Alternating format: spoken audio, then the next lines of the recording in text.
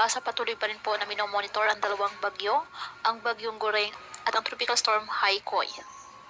At ayon sa Pag-asa, nagbabadyang maglandfall ang bagyo sa Batanes, Babuyan Islands sa extreme northern Luzon at inaasahang lalakas pa muli ang nasabing bagyo bilang isang super typhoon at posible namang magtaas ng hanggang tropical cyclone wind signal number 5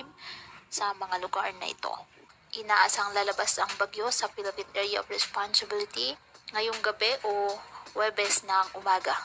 Patuloy namang lumalakas ang isa pang bagyo sa Pacific Ocean, ang tropical storm Haikoy.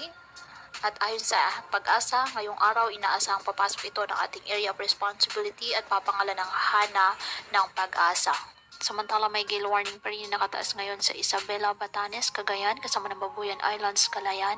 Ilocos Norte, Ilocos Sur, La Union, Pangasinan, Aurora, Bataan, Zambales, Palawan, Romblon, Marinduque, Occidental Mindoro, Oriental Mindoro, Cavite, Batangas, Metro Manila, Quezon kasama ng Polillo Islands, Catanduanes, Camarines Norte, Camarines Sur, Albay, Sorsogon, Masbate, Burias Island, Antique, Aklan, Capiz, Iloilo, Guimaras, Negros Occidental, Negros Oriental, Bohol, Siquijor, Cebu, Leyte, Southern Leyte, Northern Samar, Samar, Eastern Samar, Surigao del Norte, Misamis Oriental, Camiguin, Agusan del Norte at Dinagat Islands.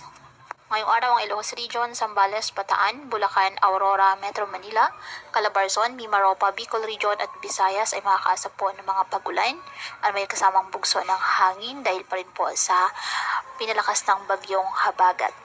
Kaya pinapayuhan ng ating mga kababayan na may maingat at maging alerto po sa mga posibleng pagbaha at pagkuho ng lupa at ugaliin na magdala palagi ng payong o kahit anumang panangga sa ulan sa tuwing lalabas ng ating mga tahanan. At yan po muna ang